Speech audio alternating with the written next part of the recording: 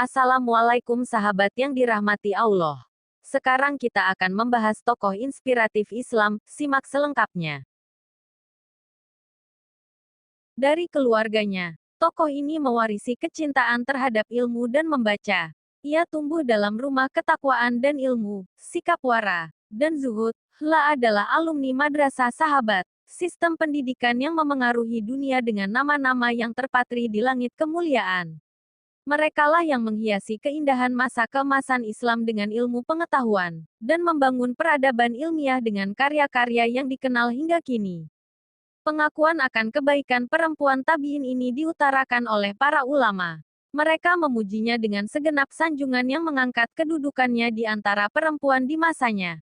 Iyas bin Muawiyah, seorang tabi'in terkenal, berkomentar tentangnya, "Saya tidak bertemu dengan seorang yang saya lebih muliakan darinya." Cukup dengan pengakuan dari Iyas menjadikannya junjungan para tabi'in perempuan di zamannya. Pada masanya, tidak ada ulama perempuan yang mampu menandinginya dalam fikih dan ilmu pengetahuan.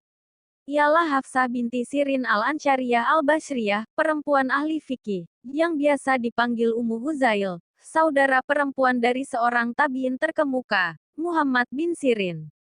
Ayah Hafsah, Sirin adalah bekas budak Anas bin Malik al-Ansari yang dibeli dari Khalid bin Walid. Sirin menikah dengan Safiyah yang sebelumnya menjadi budak Abu Bakar as-Siddiq. Dari pernikahan ini, lahirlah Hafsah. Ia lahir pada masa Khalifah Utsman bin Affan sekitar 31 Hijriah. Imam Nawawi mengatakan, anak-anak Sirin semuanya para rawi yang sikah. Hafsah tumbuh dalam rumah yang mulia. Ia sudah hafal Al-Quran pada usia 12 tahun. Sejumlah sahabat dan sahabiah pernah menjadi guru Hafsah. Di antaranya Anas bin Malik, Ummul Mukminin Aisyah dan Ummu Atiyah al-Ansyariyah. Hafsah juga mencari ilmu dari para tabi'in. Banyak tokoh tabi'in yang mengambil riwayat hadis dari Hafsah. Di antaranya adalah saudaranya sendiri Muhammad bin Sirin, Qatadah, Ayub ibnu Aun, Hisham bin Hisan, dan lainnya. Diriwayatkan dalam kitab Sifatus Sofwah 4/24, Muhammad bin Sirin pernah berkata kepada muridnya, "Menghadaplah kalian semua kepada Hafsah, dan bertanyalah kepadanya tentang bagaimana cara ia memahami permasalahannya itu, permasalahan yang bersangkutan dengan Al-Quran. Sebab, ia bagaikan orang yang telah meminum bahtera keilmuan yang ada dalam Al-Quran."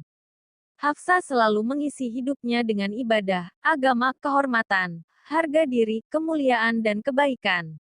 Ia mempunyai waktu khusus untuk memperbanyak beribadah. Ia mendedikasikan kehidupannya yang mungkin tidak disamai oleh tokoh-tokoh zuhud di masanya untuk ibadah. Suatu hari, seseorang bertanya kepada budak perempuan Hafsah perihal majikannya. Ia ditanya, "Bagaimana engkau melihat majikanmu, Hafsah?" Budak itu menjawab, "Ia seorang perempuan salihah." Seakan-akan ia telah melakukan sebuah dosa besar.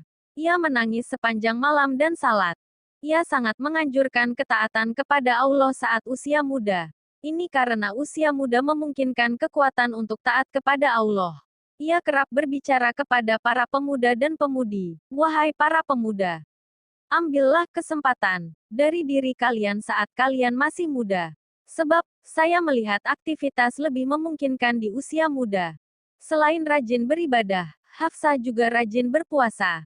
Ia tidak pernah terlihat berbuka kecuali di 2 hari raya dan hari tasyrik.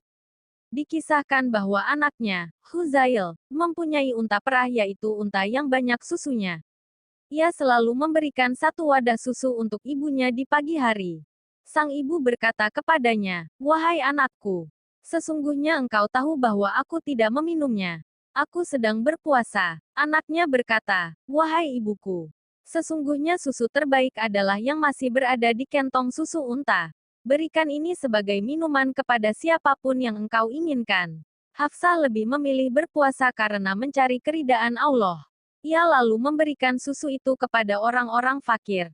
Dengan berbagai kemuliaan yang dimiliki oleh Hafsah, ia pun dinilai sebagai salah satu tabi'in perempuan terbaik pada masanya. Ahli hadis Abu Daud mengatakan, 2 pemimpin perempuan tabi'in. Mereka adalah Hafsah binti Sirin dan Amrah binti Abdurrahman, dan setelah mereka berdua adalah Ummu Darda.